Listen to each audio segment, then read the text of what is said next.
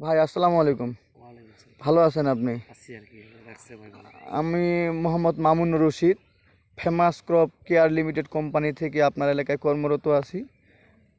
আপনার সবজি ক্ষেত কি আপনার? এই সবজি ক্ষেত্রে আমার সম্পূর্ণটাই? সম্পূর্ণ। যাক, ভালো। কল্যার বয়স আপনার কতদিন চলতেছে? বয়স মানে মাস দুই।